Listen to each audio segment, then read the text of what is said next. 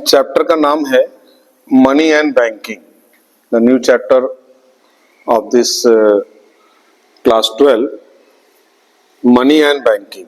Money, पहले तो हम मनी के बारे में पढ़ेंगे, इसके बाद फिर हम बैंकिंग के बारे में पढ़ेंगे। तो मनी का हमारे नेशनल इनकम में या हमारे इकोनॉमिक में मनी का क्या रोल है, पहले हमारा क्या सिस्टम था, अब हमारा क्या सिस्टम है, कैसे स्टार्टिंग से लेकर और प्रेजेंट टाइम तक, मतलब हम अगर प्रीवियस बात करें तो तब से लेकर अब तक में क्या चेंजेस आया, मनी की जरूरत क्यों पड़ी, क्या पहले ट्रांजैक्शन नहीं होता था तो पहले ट्रांजैक्शन कैसे लोगों के बीच में होता था, उसके बाद क्या ऐसी जरूरत पड़ी कि जिसमें मनी को आना पड़ा और मनी को किस टर्म कंडीशंस में आना पड़ा, ये सारी चीज चर्चा हम इस चैप्टर में करेंगे। तो जब पहले हमारे पास मनी नहीं था तो उस समय हमारी जो एक्सचेंज होता था तो वस्तु के बदले वस्तु, यानी गुड्स के बदले गुड्स, इसको हम बार्टर सिस्टम कहते थे। बार्टर सिस्टम कहते थे या कमोडिटी टू कमोडिटी एक्सचेंज, इसको सीसीई कहते थे। एक हम बार्टर सिस्टम के नाम से जानते थे और दूसरा सीसीई, इसका फुल फॉर्म होता है कि कमोडिटी टू कमोडिटी एक्सचेंज, एक वस्तु के बदले दूसरे वस्तु। जैसे हमारे पास अगर मुझे 1 किलो चावल चाहिए और किसी के पास गेहूं है तो हम उसको 1 किलो गेहूं चावल देकर उससे 1 किलो गेहूं ले लेंगे। तो ऐसे एक्सचेंज को हम बार्टर सिस्टम कहते थे या हम इसको कमोडिटी टू कमोडिटी एक्सचेंज कहते थे। देखिए इसमें लिखा हुआ है, it is a system in which goods are exchange for good, जिसमें गुड्स की एक्सचेंज किया जाता था गुड्स के बदले में, उसको हम बार्टर सिस्टम कहते थे या सीसी इकोनॉमी कहते थे। कमोडिटी टू कमोडिटी, किसी व्यक्ति को अगर एप्पल चाहिए और किसी के पास कार है तो ये एप्पल दे देगा, इसको जरूरत रिक्वायरमेंट एप्पल की है और इस व्यक्ति को रिक्वायरमेंट कार की है, तो दोनों व्यक्ति आपस में एक्सचेंज कर लिए, इसी को बार्टर सिस्टम कहते थे या सीसीई कहते थे। लेकिन बार्टर सिस्टम की कुछ लिमिटेशन थी जिसको हम इस चैप्टर में पढ़ेंगे कि लिमिटेशन ऑफ बार्टर सिस्टम, क्या उसमें कमियां थी, क्यों बार्टर सिस्टम को हटाने के बाद बार्टर सिस्टम ऑटोमेटिक चेंज हो गया। बार्टर सिस्टम कुछ कम, जब कोई चीज कमियां होंगी तभी लोग उसको चीजों को नहीं फिर उस चीज को करेंगे, तो वो क्या क्या कमियां थी, मैं लिमिटेशन ऑफ बार्टर सिस्टम की बात करेंगे। तो पहला जो लिमिटेशन था, लैक ऑफ डबल को इंसिडेंट ऑफ वॉन्ट्स। यहाँ पे डबल को इंसिडेंट मतलब अब हमारी जरूरत नहीं है जिस चीज की, अब ऐसे लोगों को हम ढूंढे पहले कि किसको हमारी वस्तु किस दूसरे को चाहिए और उसकी हमें, तो ऐसा मतलब यहाँ पे डबल कोइंसिडेंट होने के चांसेस ज्यादा थी। ये जरूरी नहीं है, कैसे लोग बहुत कम होते थे कि हमें क्या जो चीज चाहिए वो वही जो मेरे पास है वो दूसरों को चाहिए और जो दूसरे के पास है वो हमें चाहिए, तो ऐसे कितने लोग, और ऐसा इसको ढूंढना इतना आसान नहीं था। तो एक ये कमी थी कि lack of double coincidence of wants. दूसरा, lack of common measure of value, हम किसी चीज की कैसे मेजर करेंगे कि हम उसका मेजरमेंट करने का कोई मापदंड नहीं था, कोई ऐसा मेजरमेंट, कोई इक्विपमेंट नहीं था जिसके वजह से हम अपनी चीजों को हम वैल्यू निकाल पाए कि अगर मेरे पास एप्पल है तो उसकी वैल्यू क्या है और आपके पास अगर कार है तो उसकी वैल्यू क्या है। तो मेजरमेंट करने का कोई उसमें बार्टर सिस्टम में ऑप्शन नहीं था, तो ये एक लिमिटेशन था। तीसरा, lack of store of value. अब यहाँ स्टोर ऑफ वैल्यू से मतलब है कि कोई चीज है उसको रखेंगे कहाँ, गुड्स को अगर आप स्टोर करेंगे तो कहाँ स्टोर करेंगे, वो बहुत दिन तक स्टोर आप नहीं कर सकते हैं, तो इसको कहा गया lack of store of value, storage problem. चौथा प्रॉब्लम जो थी, lack of standard deferred payment.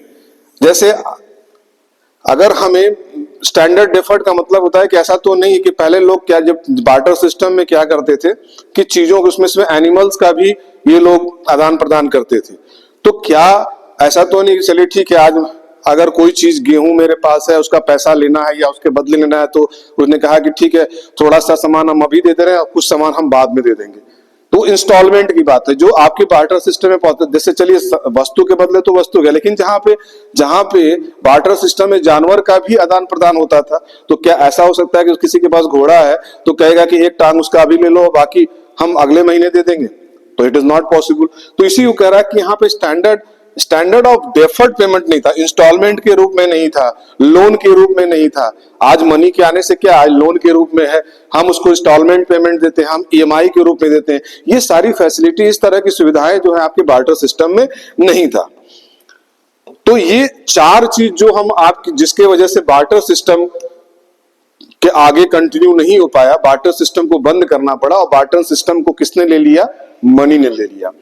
जैसे फिर से मैं रिवाइज कर रहा हूं कि हम मनी किसको कहते हैं, जिसमें हम, और बार्टर सिस्टम किसको कहते हैं, जिसमें हम वस्तु के बदले वस्तु एक्सचेंज करते हैं। हम इसको बार्टर सिस्टम भी कहते हैं और सीसी भी कहते हैं, कमोडिटी टू कमोडिटी एक्सचेंज। तो ये दो नाम से जाना जाता है। जैसे किसी के पास अगर एप्पल है और किसी के पास कार है और दोनों की इच्छाएं हैं कि मेरे पास एप्पल हो जाए और वो चाहता है कि मेरे पास कार हो जाए, तो आपस में दोनों गुड्स को एक्सचेंज कर लिए, इसी को हम बार्टर सिस्टम और सीसीई कहते हैं। तो ये सिस्टम को हम बार्टर सिस्टम और सीसीई कहें। लेकिन कुछ इसके लिमिटेशन थी, कुछ इसकी लैकिंग थी, जो कुछ कमियां थी जिसके वजह से ये आगे कंटिन्यू नहीं हो पाया और मनी को इसके में आना पड़ा। तो पहली कमी जो थी, लैक ऑफ डबल कोइंसिडेंस। जरूरी तो नहीं है कि हमारी इच्छा है तो अगली की भी इच्छा उसकी हो, तो ऐसे लोग बहुत कम होंगे, ढूंढने पड़ेंगे। तो lack of double coincident of wants, हमारी इच्छा जरूरी नहीं जो हमारी इच्छा है तो उसकी भी इच्छा यही हो, तो ऐसे होने के चांसेस डबल, जिसको डबल कोइंसिडेंट कहते हैं। दूसरा, lack of common measure of value, किसी चीज की वैल्यू की आप मेजरमेंट नहीं कर सकते थे। कैसे आप मानेंगे कि एप्पल की कीमत क्या वैल्यू है, कितने केजी है, उसका रेट क्या है, तो इसका मेजरमेंट करने का कोई इक्विपमेंट नहीं था, कोई ऐसा तरीका नहीं था जिसके वजह से हम उसको, उसकी वैल्यू निकाल पाए, उसका मेजर कर पाए। तीसरा था lack of store of value. हम आज मनी को बैंक में रख लेते हैं, लेकिन हम गुड्स को कितने दिन तक कहीं स्टोर करेंगे, तो कितने दिन तक, उसका ड्यूरेबिलिटी कितनी है, वो जो 2 दिन तक नहीं रह पाएगा, वो सड़ जाएगा, कुछ समय के बाद उसमें से चीजें नष्ट हो जाएंगी। तो lack of store of value, ये एक प्रॉब्लम थी। Lack of standard of deferred payment, हम कोई पेमेंट को, हम ऐसा तो नहीं है कि आज हम दे देंगे, फिर कुछ दिन के बाद दे देंगे, फिर 3 महीने के बाद दे देंगे, इस तरह की सुविधाएं नहीं थी। डेफर्ड पेमेंट इश्यू कहते हैं कि हम इंस्टॉलमेंट के रूप में कोई पेमेंट नहीं कर सकते थे, क्योंकि उस समय लोग वस्तु के बदले वस्तु, जिसमें एनिमल का भी वो लेन देन करते थे। तो ऐसा तो नहीं कि अगर एक पूरे एक एनिमल्स को अगर वो किसी को दे रहे हैं, तो ऐसा नहीं कि इंस्टॉलमेंट में एक उसका पार्ट अभी दे देंगे, एक पार्ट बाद में दे देंगे, तो ऐसे होने के चांसेस वहां पे नहीं थे, जिसके वजह से यहाँ पे ये कमियां मानी जाती है कि इंस्टॉलमेंट पेमेंट यहाँ पे गुंजाइश नहीं थी, पार्ट में, जिसको कहते हैं पार्ट में पेमेंट करना। अब आते हैं कि जब मनी, जब बार्टर सिस्टम नहीं आगे कंटिन्यू हुआ, तो ऐसा तो नहीं है कि डायरेक्ट वो मनी में आ गया, एकाएक कोई परिवर्तन नहीं होता है, उसको स्टेप बाय स्टेप करते हैं। तो पहला जो इवैल्यूएशन मनी में हुआ, सबसे पहला परिवर्तन जो मनी में हुआ, वो पहले एग्रीकल्चर क्रॉप के रूप में हुआ कि लोग अपने कि एग्रीकल्चर प्रोडक्ट को आदान प्रदान करने लगे। जैसे पहले तो था कि कोई भी वस्तु के बदले वस्तु को, हमको चाहिए चावल चाहिए, किसी के पास गेहूं है तो उससे एक्सचेंज कर लिए, लेकिन यहाँ पे लोगों ने अपने प्रोडक्ट को, यानी कि एग्रीकल्चर को, कि अपना सामान देकर और उसके बदले में दूसरा सामान अपने यहाँ ले आते थे, तो जिसको एग्रीकल्चर क्रॉप कर सकते हैं। लेकिन एग्रीकल्चर क्रॉप भी बहुत दिन तक नहीं चल पाया। इसको कहा कि नहीं, अब ये प्रोडक्ट, हमारी बहुत सी इच्छाएं, बहुत सी जरूरतें इस एग्रीकल्चर क्रॉप से हमारी पूरी नहीं हो सकती है, और इसको स्टोरेज करने की भी प्रॉब्लम आई कि भाई कितना स्टोर किया जाए, इसके लिए जगह चाहिए और लंबा ड्यूरेबिलिटी इसकी नहीं है। तो फिर लोगों ने इसको चेंज किया, किसमें, मेटेलिक कॉइन्स के रूप में आया, सिक्के आए, सिक्के का प्रचलन चला, और सिक्के जब प्रचलन चला तो कुछ दिन तक सिक्के चले, लेकिन ये भी लोगों को लगा कि अब ये बहुत भारी है, कितने सिक्के लेके जाएंगे। अगर मान लीजिए उसको सिक्के भारी मेटल के होते तो भारी होते थे, तो उसको रखना, उसको ले जाना, उसको कैरी करना, एक जगह से दूसरे जगह ले जाना, एक बड़ा मुश्किल का काम था, क्योंकि ये बड़े बल्कि होते थे। तो इससे भी नहीं हुआ, तब इन्होंने चेंज किया, गोल्ड और सिल्वर के सिक्के आए जो बहुत हल्के होते थे, तो उसको कुछ दिन चलाए, क्योंकि सब मनी का इवैल्यूएशन हो रहा है। जब ये मनी, जब ये हो गए, ये हल्के हो गए, लेकिन स्कैर्स कम पाने वाले थे, लोग बहुत कम होता था, तो अब इसके बाद सिल्वर और के बाद तब पेपर करेंसी आई, जिसको हम नोट कहते हैं। ये सबसे हल्का हो गया, रखना भी आसान हो गया, आप पॉकेट में रख लिए, पर्स में रख लिए। तो ये पेपर करेंसी के बाद भी कहे कि नहीं, इससे भी हमको आसान चाहिए, जिसके वजह से मुझे पैसे का भी कैरी करना ना पड़े। तो वो कार्ड आ गया, प्लास्टिक मनी जिसको कहते हैं, जिसमें हम debit card, credit card, digital money, debit card, credit card, ये सारी चीजें प्लास्टिक आपने कार्ड के रूप में आ गया कि इसको कैरी कर, इसको कहीं से भी आप ट्रांजेक्शन कर सकते हो। ये भी अब आज के डेट में तो अब डिजिटल मनी हो गया। अब यूपीआई से, पेटीएम से आप कोई भी पेमेंट कहीं से भी कर सकते हैं, क्योंकि अब डिजिटल का समय आ गया है। तो ये सारी जो चेंजेस आए, ये मनी इतने रूप में आया है। पहले मतलब अगर हम इसको नंबरिंग करें तो 1 नंबर पे एग्रीकल्चर आया, दूसरे नंबर पे मेटेलिक कॉइन्स आया, तीसरे नंबर पे गोल्ड और सिल्वर कॉइन्स आए, चौथे नंबर पे आपको पेपर करेंसी आ गई, पेपर आपका नोट छपने लगा, पांचवें नंबर पे प्लास्टिक मनी आया, छठे नंबर पे अब आपका डिजिटल की कार कहेंगे तो डिजिटल मनी आ गया। यानी कि इतने होने के बाद मनी भी आया तो इतने रूप में आया, एकाएक नहीं कि सीधे बार्टर सिस्टम से सीधे आ गया, पैसा खूब बरसने लगा, लोग पैसे के ट्रांजेक्शन कर। उसका भी एक प्रोसीजर था, एक सिस्टम के रूप में आया कि पहले एग्रीकल्चर, फिर मेटेलिक, फिर गोल्ड, फिर आपके पेपर, देन आपकी प्लास्टिक मनी, देन आपकी आज के डेट में ईमेल और डिजिटल और मनी की बात हम करते हैं जो आज के डेट में चल रहा है। अब हम आते हैं कि मनी का फंक्शन क्या है, what are the function of money. तो इसको भी दो पार्ट में बांटा गया, एक प्राइमरी और दूसरा सेकेंडरी। दो चीजें जो इसको अगर फंक्शन की बात करें तो प्राइमरी और सेकेंडरी। अब प्राइमरी में जिसमें हम कहते हैं एक्सचेंज, जिसको हम मीडियम ऑफ एक्सचेंज कहते हैं, मीडियम ऑफ एक्सचेंज मतलब चेंज करने का जरिया इसको कहते हैं। और सेकेंडरी में, सेकेंडरी का हम आगे पढ़ेंगे, तो पहले हम बात करते हैं कि प्राइमरी में क्या मनी ऑफ फंक्शन क्या होता है। पहले तो होता है act of sale and purchase is possible due to money only. Money के वजह से ही सेल और परचेज आसानी से होने लगा, पॉसिबिलिटी बनने लगी कि मनी है तो हम किसी चीज को सेल कर सकते। अब हमें ये नहीं ढूंढना है कि किसके पास कौन सी वस्तु है। अब एक जगह शॉप है, अगर मेरे पास पैसा है तो हम कहीं से भी मार्केटिंग करेंगे, हम अपनी चीज को बेच भी सकते हैं और जो भी मेरी जरूरत है उसको हम खरीद भी सकते हैं। इसलिए यहाँ कीवर्ड है sale and purchase is possible. इस मनी के आने से, जिसको हम प्राइमरी पहला सेक्टर कहते हैं, पहला स्टेज कहते हैं प्राइमरी, जिसमें मनी के आने से सेल और परचेज होना पॉसिबल हुआ, ताकि हमें क्या बेचना है और हमें क्या खरीदना है, ये दोनों चीजें हमें किसी को पूछना नहीं है कि एक शॉपकीपर है वो सेल करने के लिए बैठा हुआ, अपने जो भी उसको बेचना है, और जिसको जरूरतें हैं वो परचेज करने के लिए वहां पहुंच गए। तो ये दोनों चीजें तब हो पाई जब मनी आया। तो पहला स्टेज तो यही परिवर्तन हुआ, ये चेंजेस हुआ। फिर it becomes the limitation of barter is double coincident of word. और यहाँ पे क्या हुआ, बार्टर सिस्टम जहां पे कोइंसिडेंट के चांसेस थे वो चीजें खत्म हुई। It becomes the limitation of barter, the double coincidence of want। ये दो चीजें हुआ। फिर तीसरा मेजर ऑफ वैल्यू की अगर बात करें प्राइमरी में, तो इसमें हम लोगों ने, अब हमें मेजर, इस मनी के आने से मेजरमेंट भी करना है कि हमें किलो, जैसे कोई चीज चाहिए तो लीटर में है, किलोमीटर में है, केजी में है। अगर हमें अपना वजन वो करना है तो किस चीज में करेंगे, केजी में करेंगे। अगर हम किसी लिक्विड को अगर हमें मेजरमेंट करना है तो हम लिक्विड में करते हैं। तो ये जो यूनिट, क्वेश्चन 3 नंबर का कभी कभी आता है कि मेजर ऑफ वैल्यू, तो यूनिट ऑफ अकाउंट जो है, जो लीटर में, किलोमीटर में, मीटर में, ये जितने गुड्स चीजें थी, all the goods and services have value which can be measured today in terms of money. It allows comparison. This is comparison is the keyword. इस मेजरमेंट, जिसको कहें कि मेजर ऑफ वैल्यू या यूनिट ऑफ अकाउंट कहेंगे, इससे क्या आसानी हुआ, इससे क्या फायदा हुआ मनी के आने से। और ये यूनिट ऑफ अकाउंट जिसको कहते हैं मेजर ऑफ वैल्यू, तो यूनिट ऑफ अकाउंट्स के आने से क्या हुआ कि हम किसी चीज को आज के डेट में उसकी वैल्यू निकाल सकते हैं, उसको कंपेयर कर सकते हैं दो गुड्स के बीच में। कि अगर दो गुड्स की वैल्यू निकालनी, दो गुड्स को कंपेयर करना है, तो हम इस मनी यूनिट ऑफ अकाउंट के वजह से, major of value unit of account bracket में दिया हुआ है कि हम इसके वजह से कर पा रहे हैं। तो ये 2-3 स्टेप हम जो बता रहे हैं, ये प्राइमरी स्टेज था मनी का, कि बार्टर सिस्टम से जब मनी कन्वर्ट हुआ तो ये चीजें आया, परचेज और सेल और परचेज करने हो पाया इस मनी की वजह से। और यूनिट ऑफ अकाउंट और यहाँ पे कोइंसिडेंट होने के चांसेस जो है वो खत्म हुए।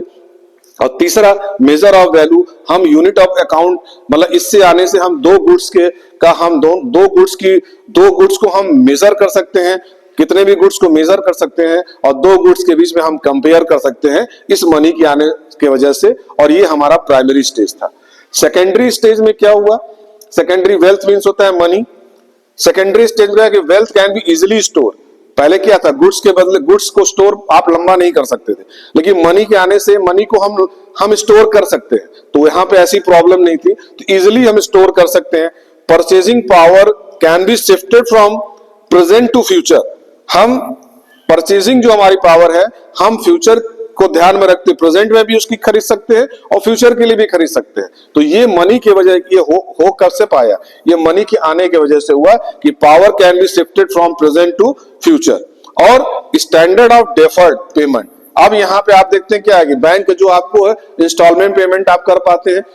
आप कोई भी वस्तु ले लिए, आपने बैंक से फाइनेंस करा दिया, लोन ले लिया, तो आप उसको इंस्टॉलमेंट के रूप में पेमेंट करते हैं, ईएमआई के रूप में पेमेंट करते हैं। तो ये कब हो पाया, इस मनी के आने की वजह से, जो सेकेंडरी स्टेज की बात करता है। तो हम standard of deferred payment, credit transaction, installment, how possible, functioning of banks capital, market evolve due to this function only. ये सब तभी हो पाया कि जब मनी हमारे देश में करेंसी के रूप में आ गया।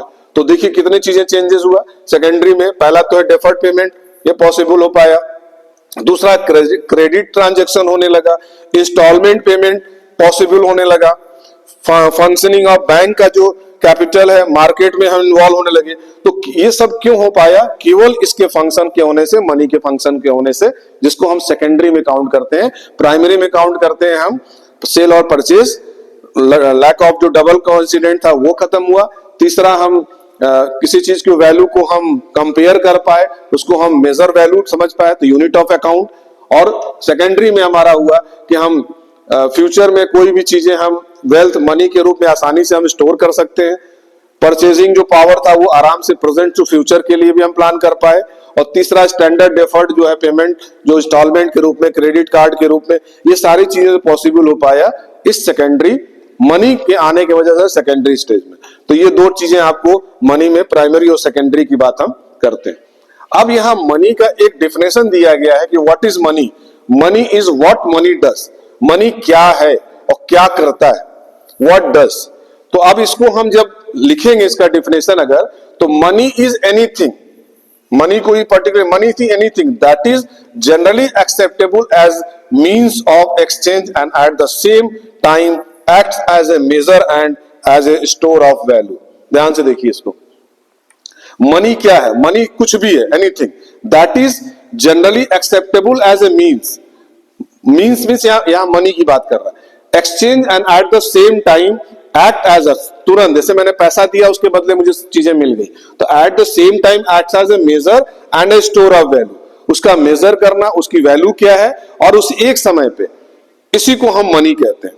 अगर सिंपल वर्ड में हम बात करें तो मनी का काम क्या है, anything which perform the four main function. चार काम करता है। पहला क्या करता है, मीडियम ऑफ एक्सचेंज, देखिए मैंने 1 नंबर लिखा है। दूसरा काम क्या करता है मनी, वैल्यू निकालता है, मीडियम ऑफ वैल्यू 2 नंबर।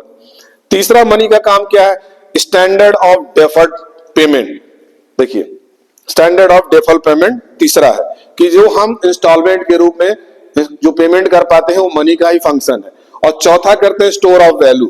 हम वैल्यू मतलब हम कोई भी चीज को स्टोर कर पाएंगे, ये मनी ही कर सकता है। हम बार्टर सिस्टम में हम सामान को कितने दिन रख सकते हैं, उसकी वो पेरिसेबल नहीं है, पेरिसेबल है, वो खराब हो जाएगी, वो वस्तु नष्ट हो जाएगा, सड़ जाएगा। लेकिन मनी में ऐसा नहीं है। मनी चाहे आप कितने साल के लिए भी रखिए, तो बैंक आपको आपका पैसा संभाल के रखता है। तो इसलिए मनी का 4 फंक्शन है। अगर आपसे पूछता है 3 नंबर में, तो इसमें आप लिखेंगे कि what are the function of money. तो first function of the money is medium of exchange, आपका एक्सचेंज करने का जरिया है। दूसरा मीडियम ऑफ वैल्यू, आपका मीडियम, उसका वैल्यू को मीडियम का एक जरिया है। Standard of defer payment, instalment के रूप में आप पेमेंट करते हैं। और चौथा है स्टोर ऑफ वैल्यू, और आप उस चीज को स्टोर कर पाएंगे। तो ये 4 फंक्शन मनी के हैं जो आपको एग्जाम में लिखने होंगे। इसके बाद वर्ड आता है money supply. What is money supply? Supply of money refers to total stock of money held by people of a country at a particular point of time. अब यहां पे देखिए, जैसे पहले आप एज ए स्टैंडर्ड को भी पढ़ लीजिए।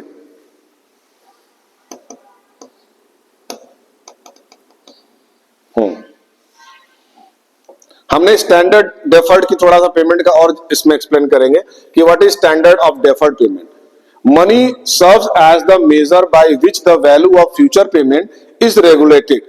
In today's world, loans are generally given, taken, repayment can be easily postponed for the future date.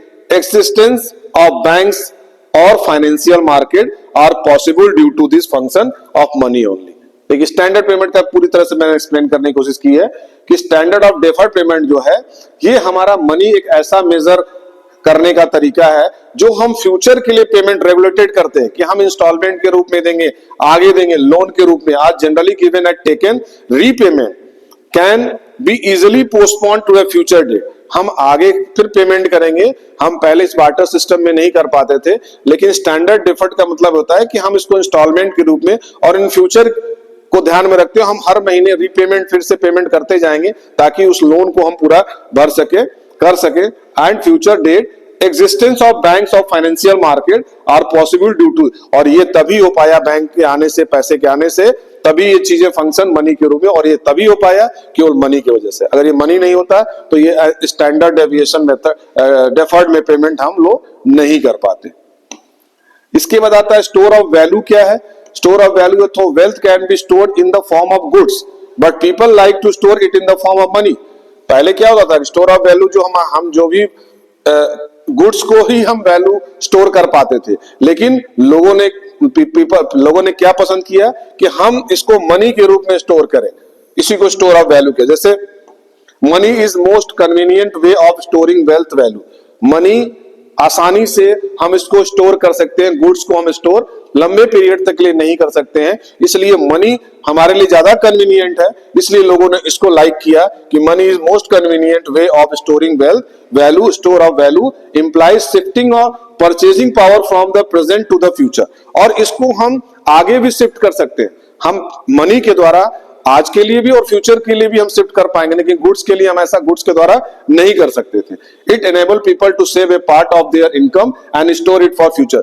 लोगों ने क्या किया, अपने पैसे को सेव कर सकते हैं. गुड्स को आप कितने दिन रख सकते हैं, गुड्स को बहुत दिन तक नहीं रख सकते, लेकिन मनी जो है, अगर मनी को आपने सेविंग किया तो सेविंग किस लिए किया, फ्यूचर में इसको यूज करने के लिए. तो ये पॉसिबिलिटी तभी बनी मनी के आने की वजह से. तो देखिए लिखा हुआ है कि shifting of purchasing power from the present to the future, present to the future. It enable to people save a part of their income and store it for the future use. हम अपने income का एक part जो है saving किए, और उस saving इसलिए किए कि हम आगे फ्यूचर में इसको हम यूज कर पाए. Measurement of money. अब मनी को हम मेजरमेंट कैसे, इसका हेडिंग है कि measurement of money and supply, alternative definition of money.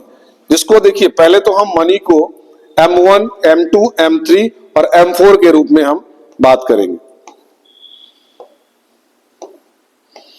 अच्छा, पहले आप ये बताइए कि मनी जो है, बैंक जो होता है, बैंक में कितने तरह के चीजें डिपॉजिट की जाती है. बैंक में 3 चीजें होती हैं. एक होता है FD, जिसको कहते हैं फिक्स्ड डिपॉजिट, दूसरा कहते हैं डिमांड डिपॉजिट, और तीसरा कहते हैं करंट अकाउंट, करंट डिपॉजिट. तो हम यहां पे अगर इसको इस तरह से पढ़ें, अगर M1 कुछ प्रिंसिपल कंपोनेंट्स होते हैं मनी के. ये देखिए principal components of money supply. तो जैसे पहला जो होता है कि मार्केट में जितने भी पैसे हैं पब्लिक के, वो क्या है, वो प्रिंसिपल्स हैं मनी के, कंपोनेंट्स हैं. तो पहला हमारा कंपोनेंट्स क्या है, currency and coins held by public. जो भी पैसा लोगों के पास है वो सब क्या है, वो सब मनी है, वो प्रिंसिपल्स हैं, कंपोनेंट्स हैं मनी के. तो पहला हमारे मार्केट में जितने लोगों के पास पैसे हैं, जो भी पैसे हैं, चाहे नोट के रूप में, चाहे कॉइन्स के रूप में, जो भी करेंसी है, वो हमारा पहला कंपोनेंट्स है मनी का. दूसरा हमारा कंपोनेंट्स जो है, जो दूसरा हमारी चीजें जो है, वो डिमांड डिपॉजिट है. डिमांड डिपॉजिट क्या होता है, पहले चीजें समझ लीजिए. What is demand deposit? देखिए, जो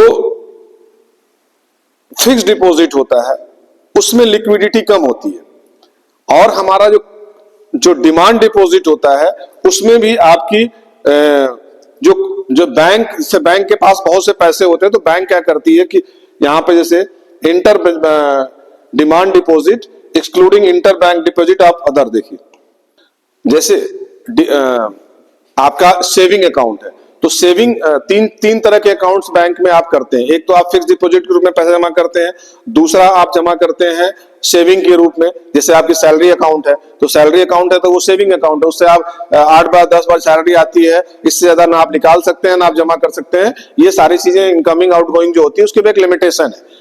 बट एक करेंट अकाउंट होता है जिसका आप चाहे जितना भी बार निकालें, रोज निकालें, 100 बार निकालें, वो आपके लिए एक करंट अकाउंट होता है। तो 3 तरह के आपका ट्रांजैक्शन बैंक में होता है। तो जो करंट अकाउंट जो होता है उसी को हम डिमांड, क्योंकि ये इसमें लिक्विडिटी के होने के चांसेस ज्यादा है। इसमें बार बार आप निकाल सकते हैं, बार बार 100 बार निकालना है, 100 बार निकालिए, 100 बार जमा करना है, 100 बार जमा करिए पर डे जितनी बार। लेकिन सेविंग में और फिक्स डिपॉजिट में भी आप एक बार फिक्स कर दीजिए तो कुछ समय के लिए आप फिक्स कर दिए, उसके पहले आप उसको यूज नहीं कर सकते, तो उसमें लिक्विडिटी कम है। उसके बाद अगर हम सेविंग की बात करेंगे तो इसमें भी थोड़ा कम है, क्योंकि इसमें भी आप एक लिमिट है, एक लिमिट दिया है बैंक ने कि आपको इतने बार 8 बार 10 बार, इससे ज्यादा आप उसमें ट्रांजैक्शन निकालना और डालने की नहीं कर सकते। लेकिन करंट अकाउंट्स में आपको अनलिमिटेड दिया हुआ है, उसमें कोई भी इस तरह का रोक टोक नहीं है। तो ये जो करंट अकाउंट है वैसी को हम डिमांड डिपॉजिट कहते हैं, क्योंकि इसमें लिक्विडिटी कम है। और अदर डिपॉजिट की बात यहां कर रहा है जो, तो अदर डिपॉजिट जैसे 3-4 तरह की बैंक है, HDFC है, ICICI बैंक है और तमाम तरह की बैंक है। तो बैंक के पास भी सब तरह से पैसा आने लगेगा तो बैंक के पास भी तो पैसे बहुत हो जाएंगे। तो उसमें क्या करता है, एक बैंक अपना कुछ अमाउंट दूसरे बैंक को डिपॉजिट कर देता है, उसी को हम अदर डिपॉजिट कहते हैं। बैंक जो है, जैसे ICICI बैंक के पैसे खूब हो गए तो वो कुछ पैसा एज ए धरोहर के रूप में, एज ए समझिए कि उसकी एक अमाउंट के रूप में उसको वो जमा कर देता है दूसरे बैंक में, तो उसको हम अदर डिपॉजिट करते हैं। तो ऐसे 3 चीजें जो है, करेंसी कॉइन्स जो पर आम पब्लिक का पैसा है, दूसरा डिमांड डिपॉजिट जो बैंक में करंट अकाउंट में पैसा है, और तीसरा जो अदर डिपॉजिट जो है, जो आप करें कि बैंक अपना पैसा, कुछ पैसा दूसरे बैंक को अपना रख देता है, जिसको गिरवी कहें और जो भी कहें को कर देता है। तो इसको हम नाम दिया गया इकोनॉमिक की भाषा में M1। दूसरा अगर हम बात करें जिसको M2 कहते हैं, तो M2 जो हमारी मनी का जो एक ट्रांजैक्शन है उसमें ये सारी चीजें 3 चीज तो रहेंगी ही, करंट अकाउंट, डिमांड डिपॉजिट और अदर डिपॉजिट, ये तीनों चीजें रहेंगी। इसके अलावा जो कुछ पैसा हम पोस्ट ऑफिस में भी सेविंग करते हैं, saving deposit in post office bank, तो ये भी इसके साथ इंक्लूड हो जाएगा सेविंग, यानी कि 3 ये और प्लस ये चौथा। तो M1 में आपका, M2 में M1 प्लस आपका saving deposit in post office, तो ये आपका M2 हो गया। तीसरा जो कहते हैं कि तीसरा जो है इसमें टाइम डिपॉजिट इन बैंक, कुछ समय के लिए, M3 जिसे कहते हैं, एक टाइम, जैसे आपका FD है तो ये आप बैंक में कुछ टाइम डिपॉजिट, टाइम किसके लिए आपने यहाँ पे सबमिट कर दिया, तो ये एज इट इज रहा, मतलब M1 रहेगा, M2 रहेगा और प्लस उसके साथ टाइम डिपॉजिट जुड़ जाएगा। M3 जिसको M4 कहते हैं, इसमें M1 M2 M3 तो रहेगा ही, M3 तक। इसके साथ आप कुछ पोस्ट ऑफिस में आपने देखा होगा कि नेशनल जो सेविंग सर्टिफिकेट होता है, एक पोस्ट ऑफिस गवर्नमेंट जो है एक तरह की सेविंग कराती है, लोग अपना पैसा इन्वेस्ट करते हैं और उसमें ज्यादातर मतलब मैक्सिमम इंटरेस्ट भारत सरकार उसको पे करती है।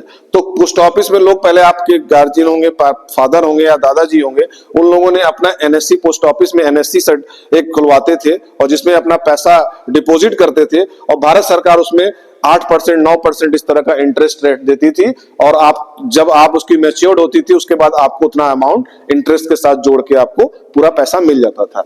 तो ये आपका इतना तो रहेगा ही, साथ में एक ये भी चीजें जुड़ जा रही है NSC, ठीक है, sorry, national saving certificate, national saving certificate NSC जिसको कहते हैं, नेशनल सेविंग सर्टिफिकेट,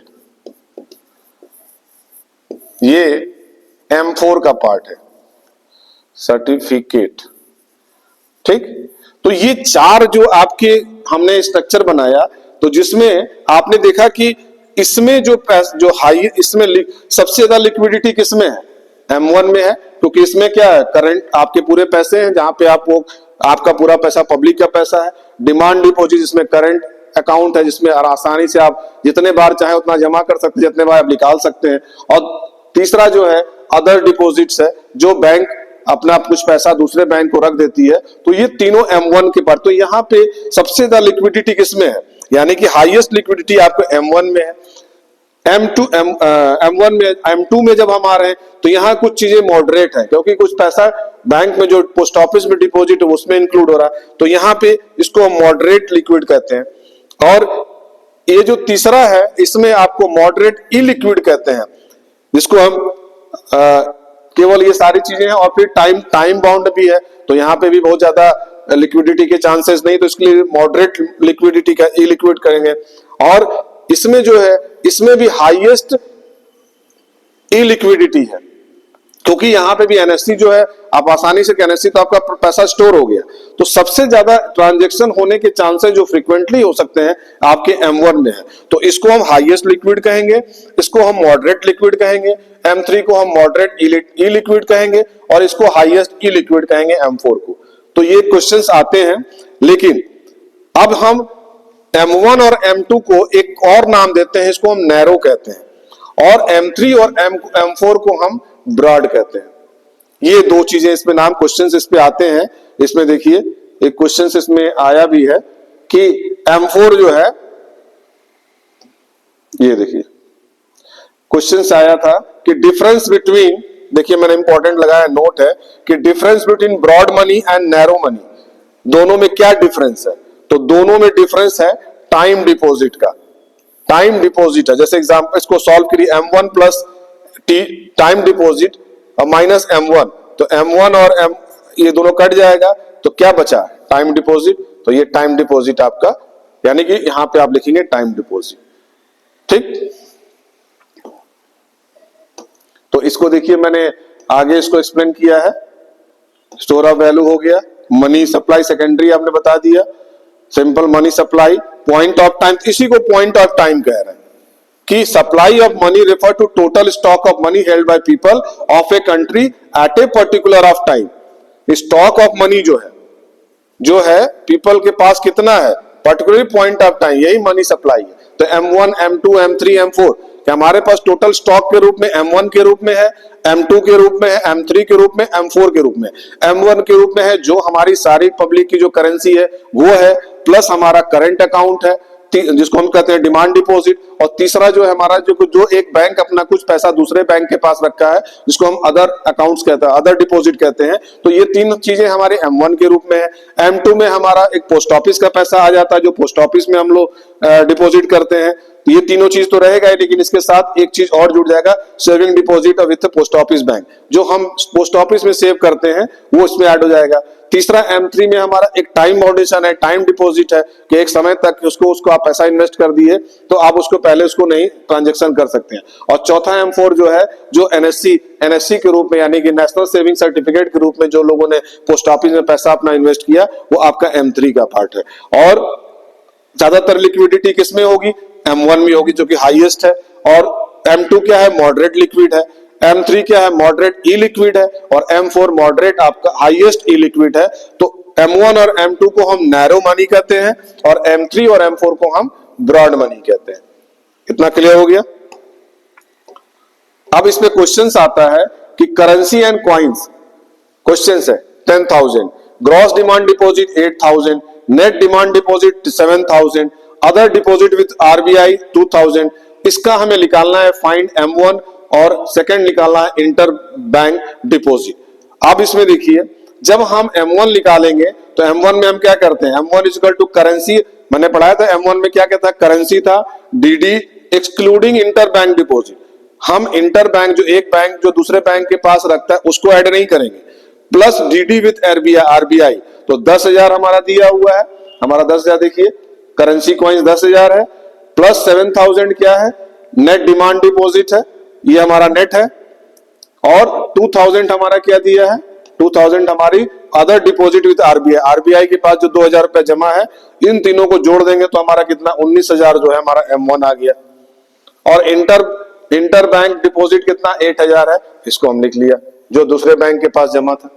तो इसको एक्सक्लूड कर देना है इंटर ब्रांच बैंक का और बाकी सारी ऐड हो जाएगा तो M1 की वैल्यू निकल आएगी। तो इस तरह के प्रश्न क्वेश्चंस आते हैं। नेक्स्ट क्लास में हम बैंक के बारे में पढ़ेंगे। ये मनी के सारी चीजें हो गई, कल एक बार हम फिर इसको रिवाइज करेंगे। Thank you.